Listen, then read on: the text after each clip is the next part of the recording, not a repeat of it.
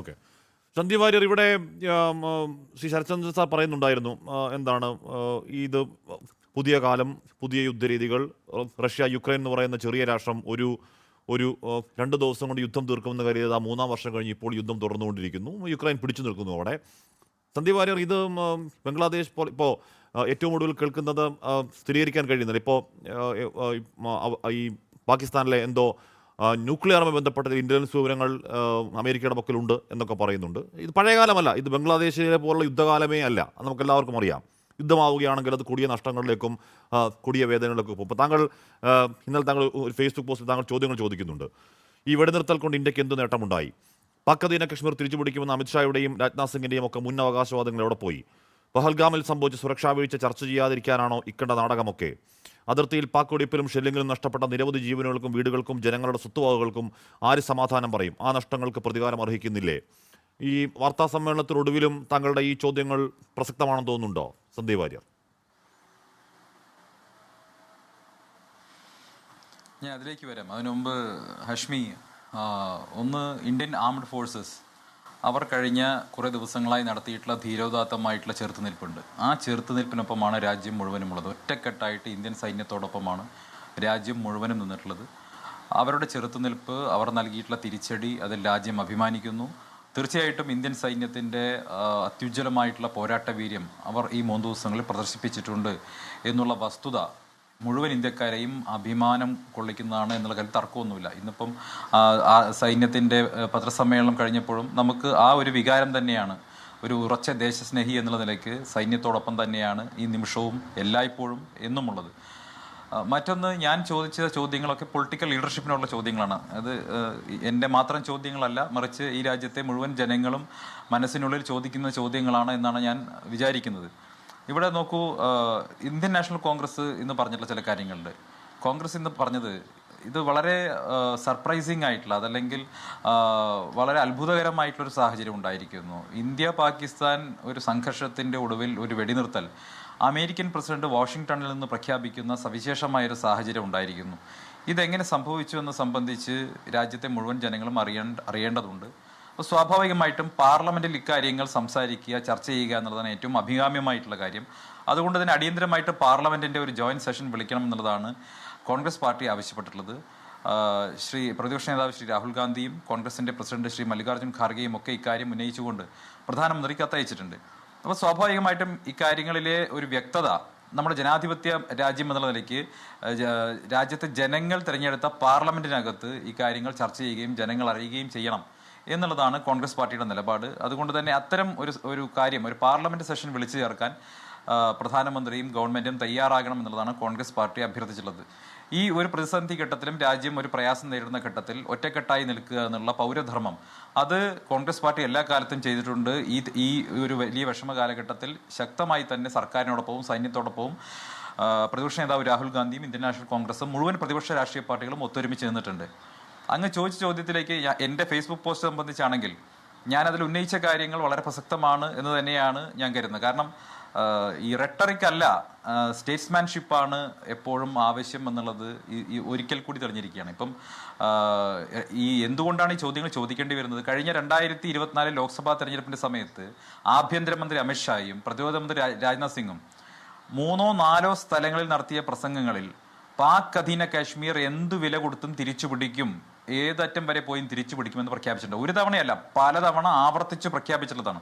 അവർ പ്രഖ്യാപിച്ചിട്ടുള്ളത് ഒന്ന് ബംഗാളിലെ തെരഞ്ഞെടുപ്പ് റാലിയിൽ അമിത്ഷാ പ്രഖ്യാപിച്ചിട്ടുണ്ട്, ഉത്തർപ്രദേശിലെ തെരഞ്ഞെടുപ്പ് റാലിയിൽ അമിത്ഷാ പ്രഖ്യാപിച്ചിട്ടുണ്ട്. രാജ്നാഥ് സിംഗ് പലതവണ ഇക്കാര്യം ഇന്റർവ്യൂവിലും അല്ലാതെയും റാലികളിലും ഒക്കെ പ്രഖ്യാപിച്ചിട്ടുള്ള കാര്യമാണ്.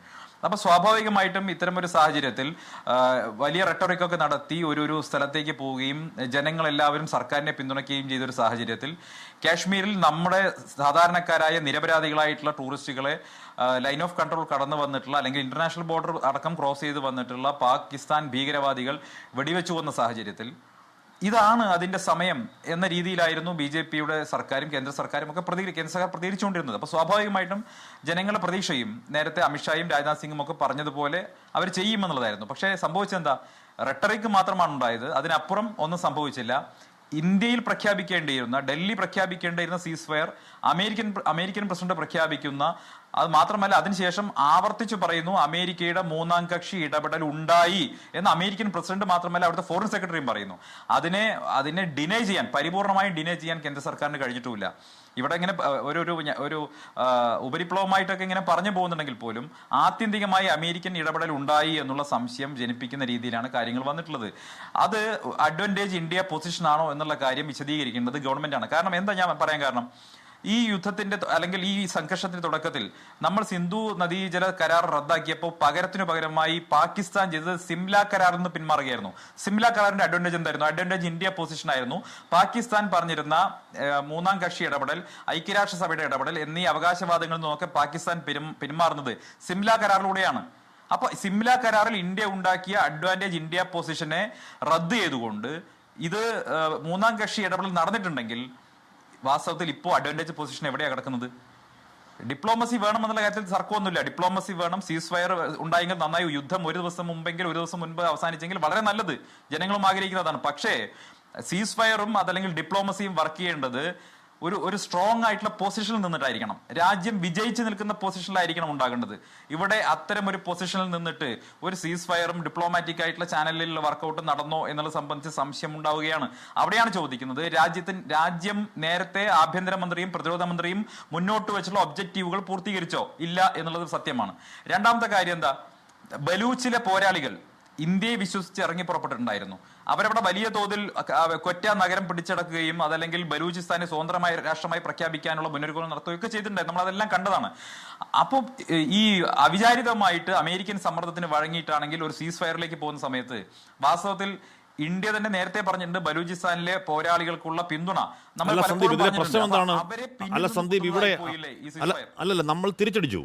നമ്മൾ തിരിച്ചടിച്ചെന്ന് പറഞ്ഞാൽ എന്താണ് കാര്യം? നമ്മൾ ഈ പറഞ്ഞ 9 ഭീകരവാദി ഇപ്പോൾ സന്ദീപ് ചോദിച്ച നമ്മൾ അവിടെ കടന്നു കയറി ഈ പറഞ്ഞ സുരക്ഷാകർമികളുടെ കണ്ണു വെട്ടിച്ച് നമ്മുടെ പാവങ്ങളെ പോയിന്റ് ബ്ലാങ്കിൽ വെടിവെച്ച് വന്ന ആ വൃത്തികെട്ടന്മാർ എവിടെ എന്ന ചോദ്യം അവിടെ പ്രസക്തമായി നിൽക്കട്ടെ. പക്ഷെ അവരെ തോക്കുകൊണ്ട് പറഞ്ഞു വിട്ടു എന്ന് കരുതപ്പെടുന്ന ആ മേഖല ഒന്നാകെ നമ്മൾ ഇല്ലാതാക്കി. അതായിരുന്നു നമ്മുടെ ഒബ്ജക്റ്റീവ് അവിടെ. അത് കഴിഞ്ഞ് ഇപ്പോൾ സന്ദീപ് ഓർത്തു നോക്കൂ, അതിർത്തിയിൽ കൊല്ലപ്പെട്ടത് 16 പേരാണ്, 2 കുട്ടികളടക്കം. നമുക്ക് 5 രക്തസാക്ഷ്യങ്ങളുണ്ടായി. സന്ദീപ്, ഞാൻ പറയുന്നത് ചെറുതാണെങ്കിൽ കൂടിയും നമുക്കുണ്ടാകുന്ന ഒരു ജീവൻ പോലും നഷ്ടമല്ലേ? ഒരു ദിവസം അങ്ങോട്ടേക്ക് പോയി പിന്നെയും ഷെല്ലിങ് ഉണ്ടാവില്ലേ? പിന്നെയും നഷ്ടങ്ങൾ ഉണ്ടാവില്ലേ? സന്ദീപ്, അല്ല തീർച്ചയായിട്ടും. പക്ഷേ അതിനുശേഷം സംഭവിച്ചത് എന്താ? അതിനുശേഷം അതിർത്തിയിൽ നമ്മുടെ എത്ര നിരപരാധികളായിട്ടുള്ള ആളുകളുടെ ജീവൻ നഷ്ടപ്പെട്ടല്ലോ, കർഷകരുടെ ജീവൻ നഷ്ടപ്പെട്ടല്ലോ, ഒരുപാട് മനുഷ്യരുടെ ജീവൻ നഷ്ടപ്പെട്ടല്ലോ.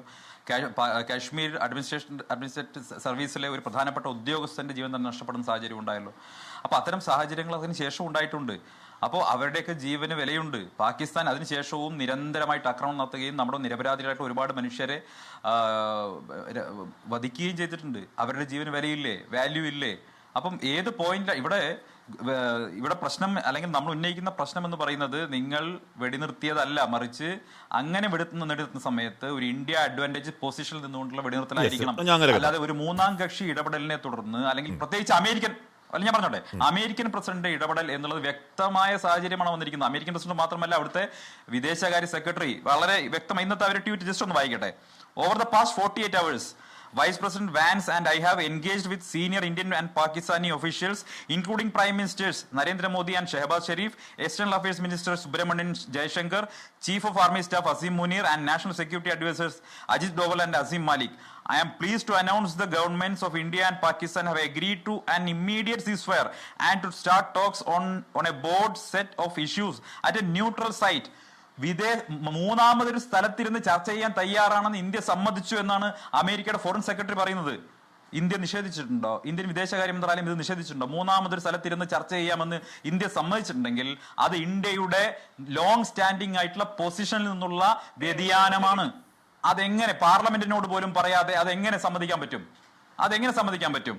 ഒരു മൂന്നാം കക്ഷി ഇടപെടൽ മൂന്നാം സ്ഥലത്ത് വെച്ച്, ന്യൂട്രൽ സൈറ്റ് എന്ന് പറയുമ്പോൾ ഇന്ത്യയിലും പാകിസ്ഥാനിലും അല്ലല്ലോ. നിങ്ങൾ എവിടെ വെച്ചാൽ സംസാരിക്കാൻ പോകുന്നത്? ഇത് പറഞ്ഞിരിക്കുന്ന നിസ്സാരക്കാരനായിട്ടുള്ള ആളല്ല, അമേരിക്കയുടെ ഫോറിൻ സെക്രട്ടറിയാണ് പറഞ്ഞിരിക്കുന്നത്. അപ്പൊ അമേരിക്കയുടെ ഫോറിൻ സെക്രട്ടറി ഇത് പറഞ്ഞിട്ട് ഈ നിമിഷം വരെ ഒരു ഡിനയൽ ഉണ്ടായിട്ടില്ല, കംപ്ലീറ്റ് ഡിനയൽ ഉണ്ടായിട്ടില്ല. ഞങ്ങൾക്ക് മൂന്നാം ഇടപെടൽ ആവശ്യമില്ല എന്ന് ഒഴുക്കൻ മട്ടിലുള്ള ഒരു പറഞ്ഞു പോക്ക് മാത്രമാണ് ഉണ്ടായിട്ടുള്ളത്. പക്ഷേ we commend Prime Ministers Modi and Sharif on their wisdom, prudence and statesmanship in choosing the path of peace. India രണ്ടുപേരെ അഭിനന്ദിക്കുകയും ചെയ്തിരിക്കുന്നു. ഇവിടെ കൃത്യമായിട്ടും അമേരിക്കയുടെ ഫോറിൻ സെക്രട്ടറിയും ആവർത്തിച്ചുകൊണ്ട് ട്രംപും പറയുന്നത് അവരുടെ ഇടപെടൽ നടന്നു എന്നാണ്. അങ്ങനെ സംഭവിച്ചിട്ടുണ്ടെങ്കിൽ അത് ഇന്ത്യയുടെ പ്രഖ്യാപിത നിലപാടിൽ നിന്നുള്ള വ്യതിയാനമാണ്.